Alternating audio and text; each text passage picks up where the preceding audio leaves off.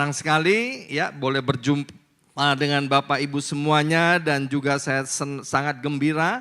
Hari ini adalah hari pertama turun salju yang lebat di kota New York. Wow, sangat excited dan ada beberapa saudara kita dari Indonesia yang menurut saya sangat beruntung karena baru tiba di New York dan kemudian bisa melihat salju, ya, ngalami salju. Di belakang ada Pak Tony dan Ibu Yuni, ya boleh lambaikan tangan, ya keluarga daripada Ines. Ya, dan di tengah-tengah ada Pak Bambang dan Ibu Sinta dari Gereja Mawar Saron, Surabaya. Boleh berdiri Pak Bambang dan Ibu Sinta? Ya, beliau adalah tokoh dan leader dari Gereja Mawar Saron yang ada di Surabaya. Bulan lalu waktu saya pulang ke Indonesia, saya dijamu makan bersama dengan Pak Bambang, Bu Sinta dan juga Pak Yusuf, ya. Pak Yusuf presidennya Mawar Saron, dan senang sekali boleh fellowship dengan keluarga besar daripada Gereja Mawar Saron Surabaya. Nah, Bapak Ibu sekalian, hari ini saya akan berbagi dengan kita semua tentang satu tema yang diberikan oleh PGI, yaitu Persekutuan Gereja-Gereja Indonesia, dan juga dari KWI, Konferensi Wali Gereja Indonesia, yang mewakili seluruh umat gereja Katolik yang ada di Indonesia. Mereka meeting, mereka berdoa bersama, duduk bersama, berpikir bersama, minta pewahyuan daripada Tuhan apa tema Natal untuk tahun 2025. Di layar itu adalah surat edaran daripada PGI dan KWI. Nah, di dalam surat edaran itu kemudian mereka memutuskan bahwa tema Natal untuk Indonesia tahun 2025 adalah Allah hadir untuk menyelamatkan keluarga. Bersama saya ucapkan ini, 2, 3, Allah hadir untuk menyelamatkan keluarga. Jadi kalau Bapak Ibu sekalian suka mendengarkan saluran-saluran daripada YouTube channel daripada beberapa gereja di Indonesia, ya kebanyakan temanya hampir sama, yaitu Allah hadir untuk menyelamatkan keluarga. Tapi isinya yang agak sedikit berbeda, tapi intinya bahwa Natal ini yang kita rayakan, Tuhan mau supaya keluarga-keluarga itu diselamatkan. Nah, kemudian saya merenungkan mengapa PGI dan KWI itu mengeluarkan tema ini. Ternyata Bapak Ibu sekalian, apa yang terjadi hari-hari ini terjadi peningkatan yang namanya KDRT, kekerasan di dalam rumah tangga. Kemudian angka perceraian, terjadi peningkatan di dalam perselingkuhan, dan juga peningkatan di dalam yang namanya judi online. Bahkan Pastor Benaya Nares yang tinggal di Malaysia, yang beberapa waktu yang lalu datang ke tempat ini, dia sempat tanya kepada saya tentang perkembangan judi online ini. Ya, saya bilang di Indonesia meningkat luar biasa dan di Amerika juga demikian. Ya, dulu di New York nggak ada kasino sama sekali, nggak boleh masuk. Dan kemudian akhirnya masuk di dekat airport JFK, Bapak Ibu sekalian, ya di dekat airport JFK itu ada kasino. Ada berapa banyak orang New York yang tahu bahwa di dekat JFK ada kasino? Ya, pura-pura nggak tahu atau tahu? Dan sudah memakan korban banyak orang Indonesia, baik orang percaya maupun orang yang tidak percaya kepada Tuhan, ya. Dan selain judi online juga pinjaman online, narkoba, dan krisis ekonomi yang menekan banyak keluarga. Sekali lagi, baik di kalangan orang percaya maupun orang yang belum percaya. Ini peningkatannya amat sangat signifikan, jauh lebih besar daripada masa-masa yang sebelumnya. Nah, PGI dan KWI melihat bahwa akar permasalahan daripada semuanya itu yaitu karena keluarga-keluarga yang ada, khususnya keluarga Katolik dan keluarga Kristen, mereka kehilangan pusat rohaninya. Mereka hidupnya kemudian berpusatkan kepada uang, ya, berpusatkan bukan lagi kepada Tuhan, tapi berpusatkan kepada uang. Saya sangat berterima kasih kepada beberapa saudara yang begitu jujur. Dia bilang begini, "Pastor, saya mau bicara terus terang, ya.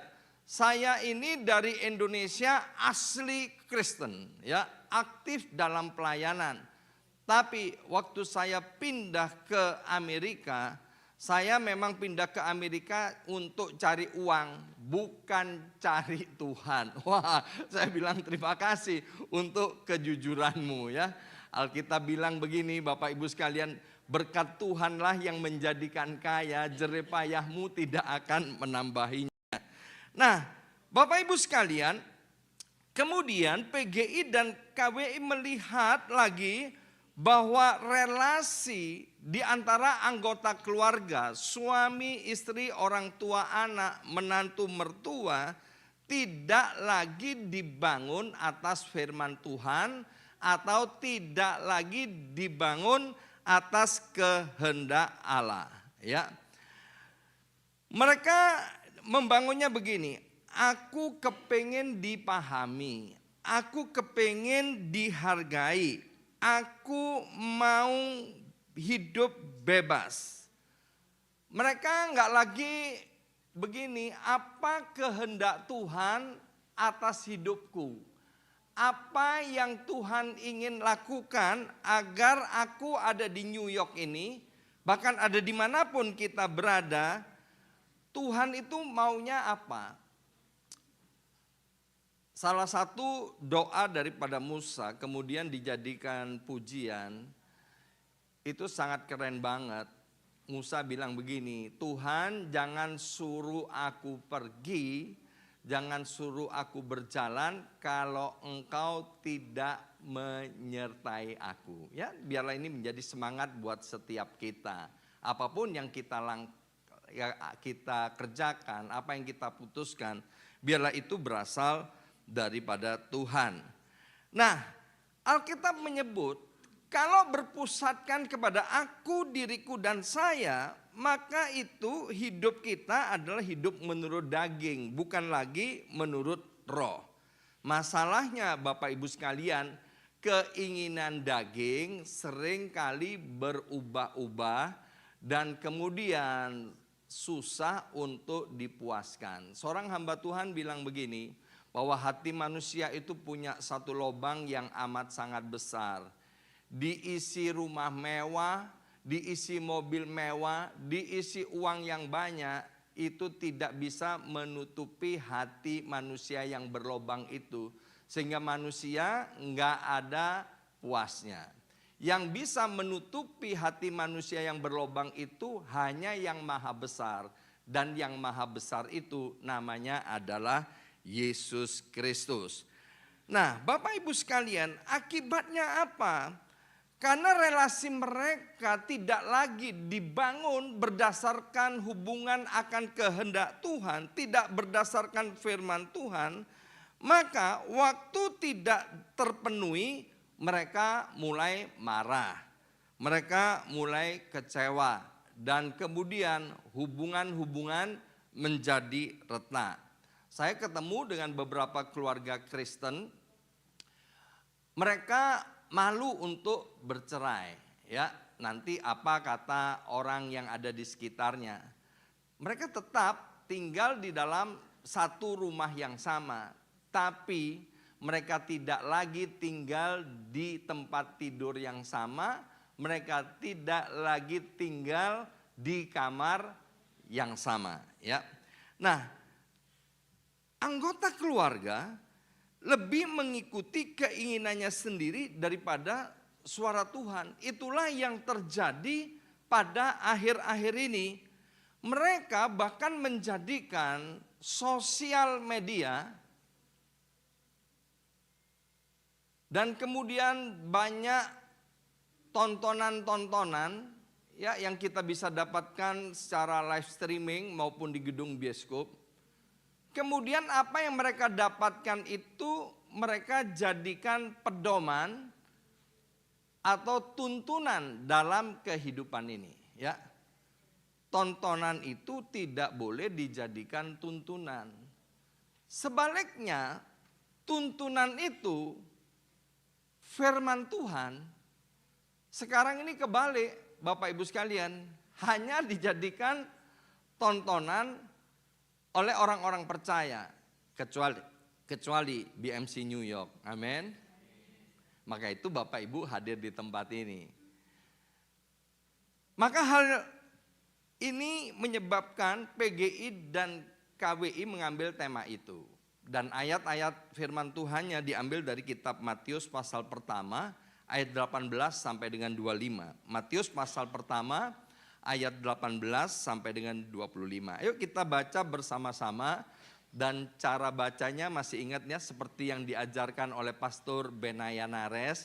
Jangan ngebut, jangan terburu-buru, tapi mari kita baca perlahan-lahan dan kemudian kita pahami ya secara serempak. 2, 3. Kelahiran Yesus Kristus adalah seperti berikut. Pada waktu Maria, ibunya, bertunangan dengan Yusuf, ternyata ia mengandung dari Roh Kudus sebelum mereka hidup sebagai suami istri. Ayat 19. Karena Yusuf suaminya seorang yang tulus hati dan tidak mau mencemarkan nama istrinya di depan umum, ia bermaksud menceraikannya dengan diam-diam. 20. Tetapi ketika ia mempertimbangkan maksud itu, malaikat Tuhan tampak kepadanya dalam mimpi dan berkata, Yusuf, anak Daud, janganlah engkau takut mengambil Maria sebagai istrimu, sebab anak yang di dalam kandungannya adalah dari Roh Kudus. 21. Ia akan melahirkan anak laki-laki dan engkau akan menamakan dia Yesus, karena dialah yang akan menyelamatkan umatnya dari dosa-dosa mereka. 22. Hal itu terjadi supaya digenapi yang difirmankan Tuhan melalui Nabi. 23. Sesungguhnya anak darah itu akan mengandung dan melahirkan seorang anak laki-laki, dan mereka akan menamakan dia Immanuel, yang berarti Allah menyertai kita. 24. Sesudah bangun dari tidurnya, Yusuf berbuat seperti yang diperintahkan malaikat Tuhan itu kepadanya. Ia mengambil Maria sebagai istrinya. 25.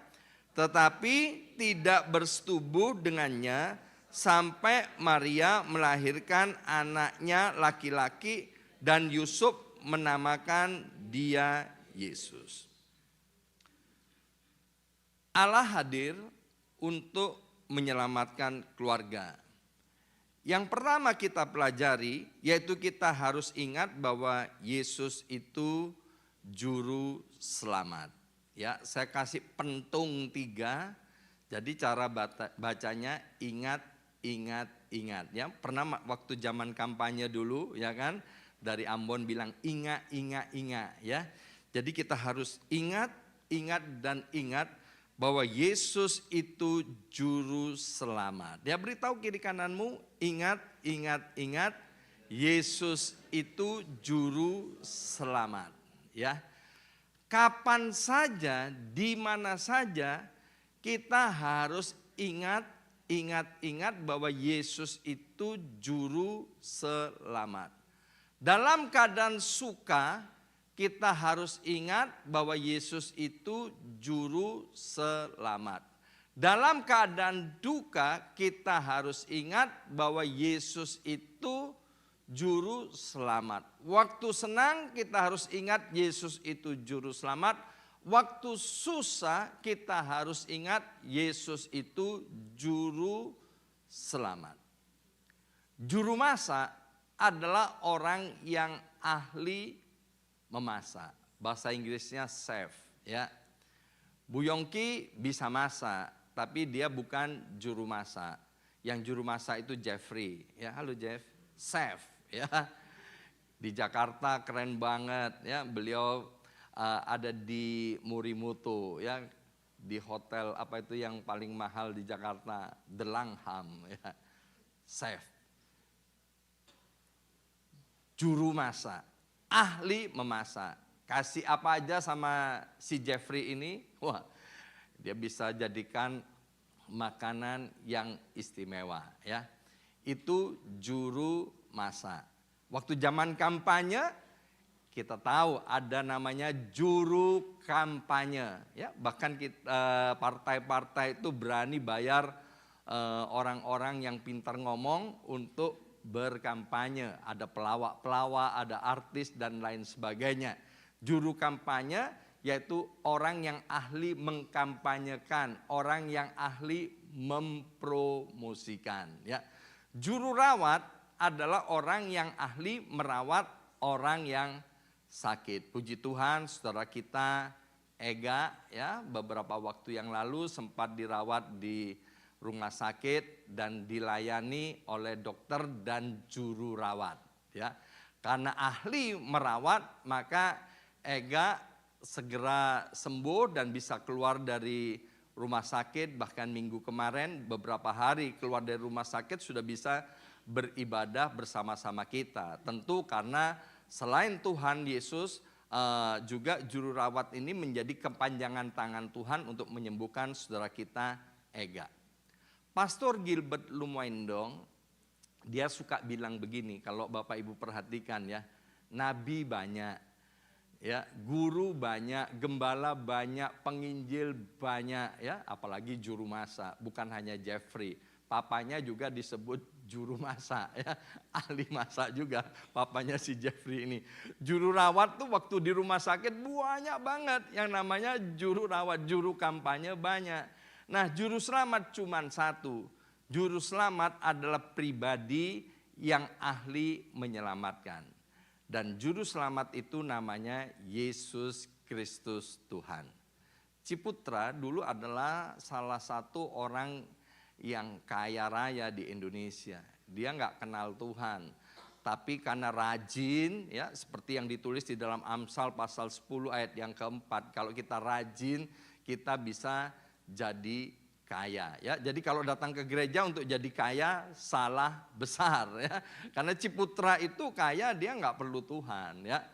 Nah, kemudian dia bersaksi begini bahwa kekayaannya yang amat sangat banyak itu dimakan 7 turunan nggak bakalan habis. Kemudian krisis datang. Waktu krisis datang dia nangis, Bapak Ibu sekalian. Dolar dari 2.000 menjadi 16.000, ya, bahkan sempat 20.000, ya Pak Bambang, ya. Sempat tinggi sekali, ya, sehingga Ciputra bangkrut, saudara. Dan dia bilang begini, utangku sekarang udah segede gunung. 7 turunanku untuk bayarin utangku gak bakalan bisa lunas. Wow. Akhirnya Ciputra bertobat, dia percaya kepada Yesus dan Ciputra diselamatkan. Keluarga besarnya diselamatkan, ya, orang-orang yang melayani membaptis Ciputra dan keluarganya itu bercerita kepada saya bagaimana Ciputra menjadi haus, lapar akan Tuhan dan cinta akan Tuhan. Dan kemudian dia dapat bonus daripada Tuhan, kekayaannya dikembalikan dan kejayaannya meningkat. Hari ini Ciputra sudah almarhum, tapi kekayaannya pun masih ada dan perusahaannya masih jaya. Yesus adalah juru selamat. Ada persoalan ekonomi, persoalan keuangan, datanglah kepada Yesus karena Yesus sanggup menolong dan memulihkan ekonomimu. Ya. Saya punya teman di kota Surabaya, dia cerita gini, waktu itu kakaknya yang berusia 2 tahun, keluarga ini nggak kenal Tuhan, Bapak Ibu sekalian. Profesi orang tuanya adalah guru, suami istri bekerja sebagai guru di Surabaya, Bapak Ibu sekalian. Nah, hari itu anak laki-lakinya umur 2 tahun sakit keras. Situasi keadaan pada tahun itu sangat tidak memungkinkan untuk tengah malam membawa anak ini ke rumah sakit atau mendapatkan pertolongan dalam kesehatan. Mama daripada anak ini nangis terus nangis. Anaknya bilang gini, "Mama, jangan nangis, Ma. Karena aku akan pergi jauh." Anak itu bilang gitu, mamanya tambah nangis. Dia pikir anaknya mau mati, ya kan? Dan kemudian mamanya nangis terus nggak habis-habisnya. Dan kemudian anak ini dari mulut lidahnya, ini orang yang nggak dalam Tuhan, Bapak Ibu sekalian. Dia bilang gini, "Mama, kenapa Mama sama Papa kok nggak berdoa kepada Tuhan Yesus minta kesembuhan buat aku?" Wow, dari mana pewahyuan ini? Ya, mereka keluarga nggak dalam Tuhan. Dan kemudian si mama ini cerita kepada suaminya, karena mereka adalah guru, sayup-sayup mereka pernah mendengar tentang nama Yesus, ya. Dan kemudian suami istri ini mereka berlutut dan mereka mulai berdoa untuk pertama kalinya. Tentu doa orang yang tidak percaya, tapi mereka menyebut nama Tuhan Yesus, minta supaya anaknya disembuhkan dari sakit penyakitnya. Dan kemudian setelah orang tua ini berdoa, anaknya tertidur. Dan keesokan harinya anak ini kemudian menjadi sembuh sempurna dan sampai hari ini masih hidup. Yesus adalah juru selamat. Amin. Bapak Ibu sekalian, berkali-kali mendengarkan kesaksian bagaimana keluarga kami hubungan tidak baik, ya. Waktu itu rasa-rasanya tidak mungkin dipulihkan, ya. Keluarga kami hampir hancur, Bapak Ibu sekalian. Tetapi Yesus juru selamat itu memulihkan keluarga dan rumah tangga kami. Hari ini berita Natal tahun 2025, Allah hadir di tengah-tengah kita untuk menyelamatkan, dan keselamatan itu dimulai dari dalam keluarga. Yesus lahir di tengah-tengah keluarga Yusuf dan Maria. Yesus lahir bukan di istana negara, bukan di istana kerajaan, bukan di rumah orang kaya, tapi Yesus lahir di dalam keluarga Yusuf dan Maria. Artinya apa? Keluarga itu adalah penting bagi Tuhan. Nah, Bapak Ibu yang dikasihi oleh Tuhan, hari ini ketika kita melihat dari pembacaan Alkitab, ya, bagaimana pernikahan daripada Yusuf dan Maria itu hampir hancur, Bapak Ibu sekalian, ya. Maria itu hampir dipermalukan, bahkan bisa mati dirajam batu. Tetapi kita lihat bagaimana ending daripada keluarga Yusuf dan Maria. Keluarga mereka dipulihkan. Di dalam Tuhan Yesus tidak ada yang mustahil. Amin. Dan tidak ada yang mustahil bagi orang yang percaya. Yang kedua, Allah hadir untuk menyelamatkan keluarga. Ketulusan hati menjaga keutuhan keluarga. Ayo bersama-sama saya ucapkan 2, 3. Ketulusan hati menjaga keutuhan keluarga. Bisa lebih keras lagi, 2, 3. Ketulusan hati menjaga keutuhan keluarga. Matius 1 ayat 19. Kita baca bersama-sama dengan tempo yang perlahan-lahan. 2, 3. Karena Yusuf suaminya seorang yang tulus hati dan tidak mau mencemarkan nama istrinya di depan umum, ia bermaksud menceraikannya dengan diam-diam. Perhatikan ayat ini, bahwa Yusuf anak Daud ini adalah seorang yang tulus hati, ya. Apa itu tulus hati dalam kehidupan sehari-hari? Tulus hati itu adalah sikap hati. Kemudian cara berpikir. Tulus hati itu adalah tindakan. Tulus hati itu adalah keputusan yang didasarkan kepada iman kepada Kristus. Jadi sekali lagi, tulus hati itu adalah sikap hati, cara berpikir, keputusan dan tindakan yang berpusatkan kepada Kristus. Orang dunia bilang begini, orang yang jalannya jujur, lurus, berintegritas dan tidak munafik. Tulus hati itu artinya dilakukan secara konsisten atau terus menerus. Bersama saya ucapkan konsisten. 2, 3, konsisten. 2, 3, konsisten. Ya, artinya terus menerus. Ya. Nah, fondasi keluarga daripada Maria dan Yusuf itu dibangun yang pertama tadi karena ada Yesus juru selamat. Ya. Itu fondasi pertama daripada keluarga Yusuf dan Maria. Dan kemudian fondasi keluarga Yusuf dan Maria dibangun dengan ketulusan hati. Bersama saya ucapkan ketulusan hati. 2, 3, ketulusan hati. Ya, dalam prakteknya, dalam kehidupan sehari-hari kita itu harus menjaga anggota keluarga kita terlebih dahulu. Komunitas yang paling kecil itu adalah anggota keluarga. Ya, jadi jangan sampai kita itu menjelek-jelekan anggota keluarga kita. Suami istri, orang tua anak dilarang menjelek-jelekan. Sesama biskota juga dilarang saling mendalui. Jeruk nggak boleh makan jeruk.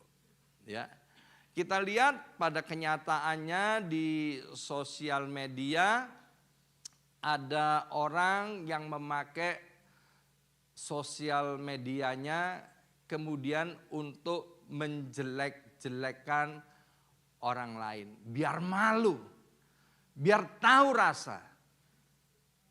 Coba Bapak Ibu pikirkan ya.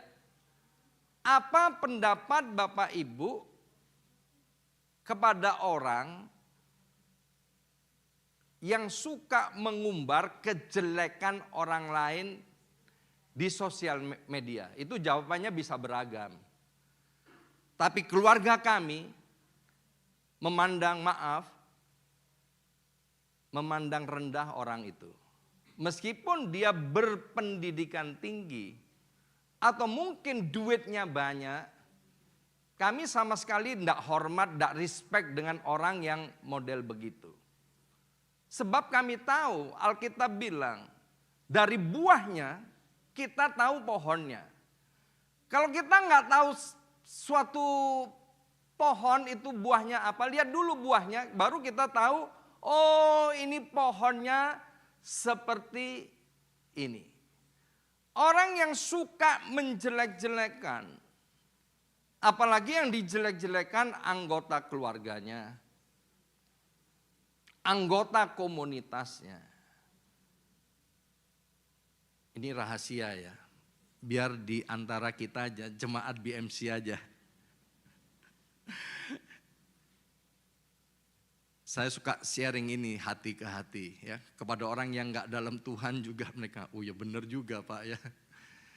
Orang yang suka menjelek-jelekan orang lain, orang itu dalam kondisi yang amat sangat jelek.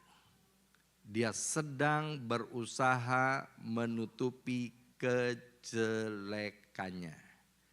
Maka itu dia menjelek-jelekan orang lain. Supaya orang lain kemudian fokus kepada kejelekan orang lain.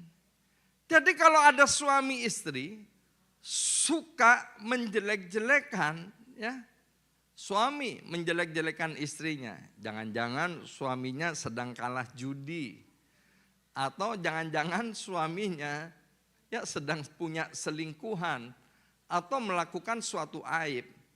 Dia kemudian berusaha menutupinya dengan cara menjelek-jelekan istrinya atau menjelek-jelekan orang lain. Masih ingat nggak istri Potifar? Ya kan? Di situ ada Yusuf anaknya Ishak. Kalau ini kan Yusuf anaknya Yakub, Yusuf anak Israel ya. Kalau ini tadi kan Yusuf anak Daud ya. Waktu Yusuf di rumah Potifar, ya apa yang terjadi? Istri Potifar menjelek-jelekan siapa? Yusuf. Untuk apa? Supaya orang fokus kepada kesalahan daripada si Yusuf. Agar supaya apa? Agar supaya kesalahan perbuatan daripada istri Potifar ini tidak diketahui. Memang ada akibatnya Bapak Ibu sekalian, Yusuf dimasukkan ke dalam penjara. Bapak Ibu sekalian yang dikasihi oleh Tuhan, kadang-kadang kita nggak bisa milih orang yang ada di sekitar kita nggak bisa jaga mulut mereka, kita nggak bisa jaga sikap mereka, kita nggak bisa jaga tindakan mereka. Tapi yang bisa kita kerjakan, kita harus menjaga sikap kita, tindakan kita, dan mulut kita. Kalau ada orang yang tidak tulus, orang yang marah-marah kepada kita, orang berbuat dosa kepada kita, please jangan balas dosa dengan dosa. Maaf, kita goblok. Kalau ada orang berdosa kepada kita, kemudian kita balas dengan dosa. Upah dosa adalah maut. Kalau ada orang berbuat dosa, biarlah orang ini yang ngurus nanti Tuhan, bukan kita. Maka itu kita perlu punya sikap menjadi seorang yang tulus hati. Bukanlah hukum tertinggi sebagai murid-murid Kristus itu adalah kasih. Dan Alkitab bilang kasih itu menutupi segala dosa. Kita nggak setuju dengan perbuatan dosanya, nggak setuju. Dia bersalah berbuat dosa, kita nggak setuju akan perbuatannya. Tapi biarlah kita tidak membalas dengan berbuat dosa. Yusuf anak Daud luar biasa. Yusuf nggak pernah tahu loh, ada orang bisa hamil tanpa bersetubuh.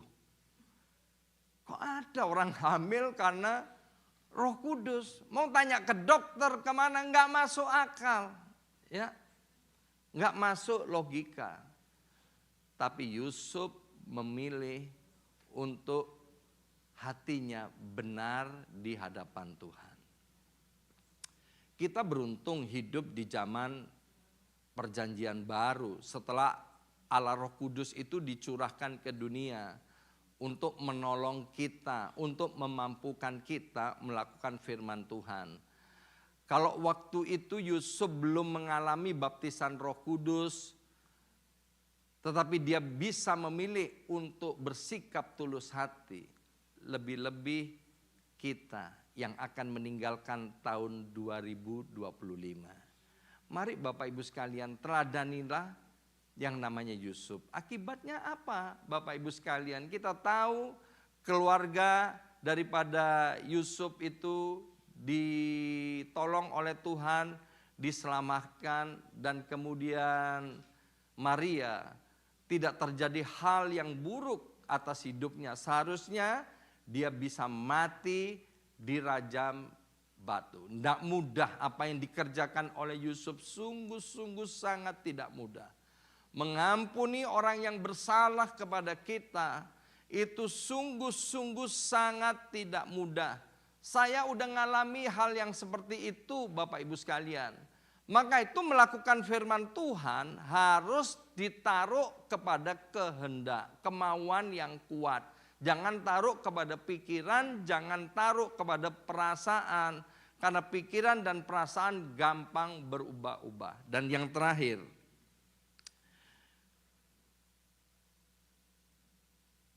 Allah hadir untuk menyelamatkan keluarga. Yang ketiga adalah ketaatan membawa terobosan. Bersama saya ucapkan ketaatan membawa terobosan. 2, 3, ketaatan membawa terobosan. Matius pasal pertama ayat yang ke-20. Kita baca sekali lagi bersama-sama 2, 3.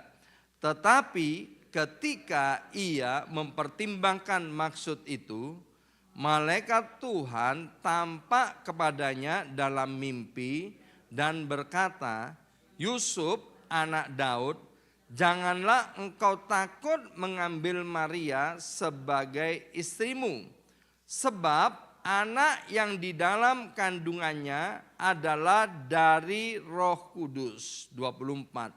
Sesudah bangun dari tidurnya, Yusuf berbuat seperti yang diperintahkan malaikat Tuhan itu kepadanya. Ia mengambil Maria sebagai istrinya. Pada zaman itu ya penglihatan tidak banyak dan kitab khususnya Alkitab belum ditulis. Tuhan bicara kepada Yusuf melalui mimpi, ya.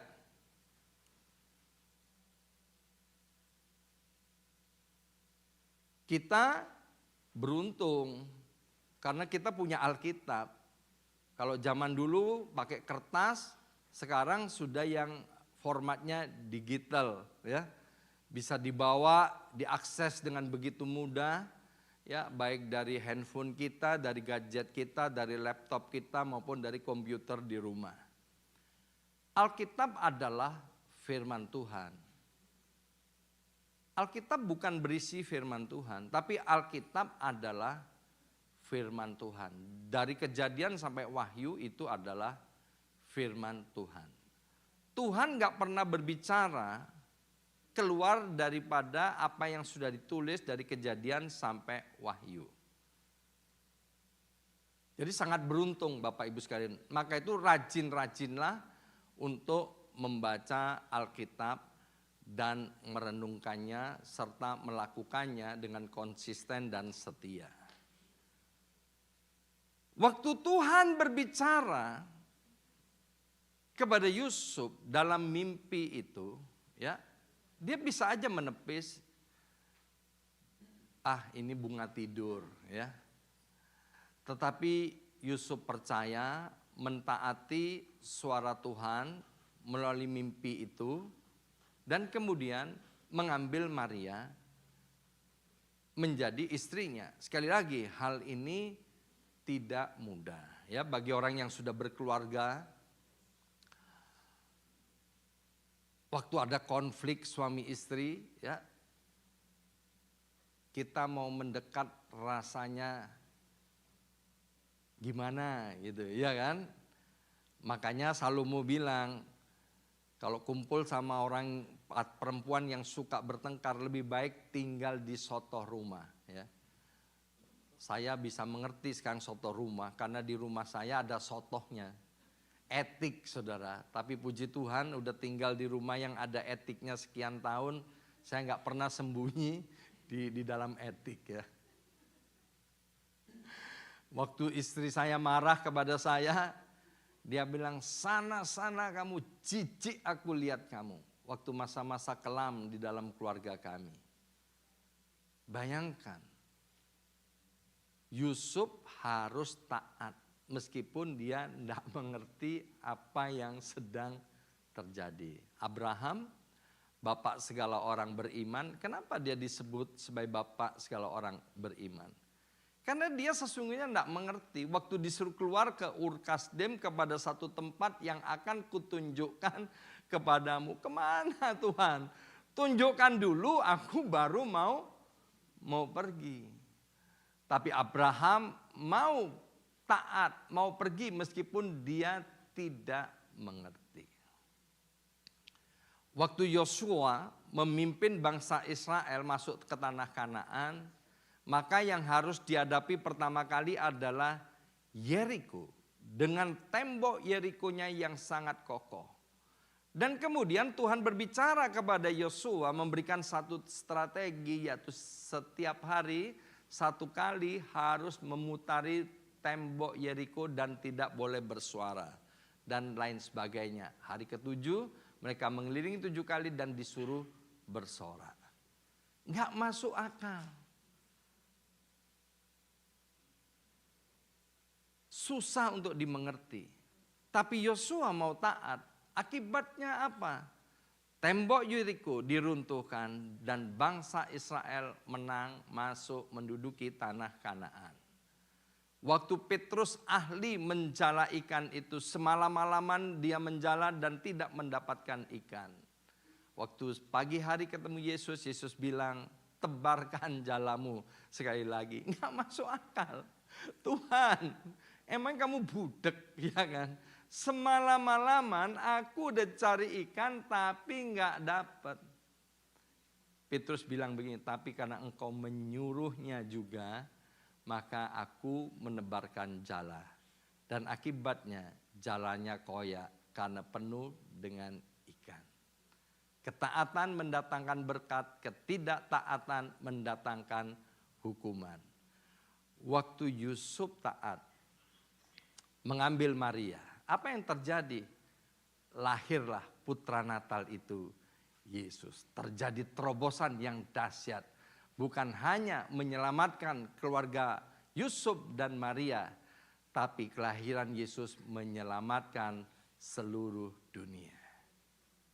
Hari ini Tuhan mau berbicara kepada setiap kita bahwa Tuhan hadir di dalam keluarga untuk menyelamatkan keluarga.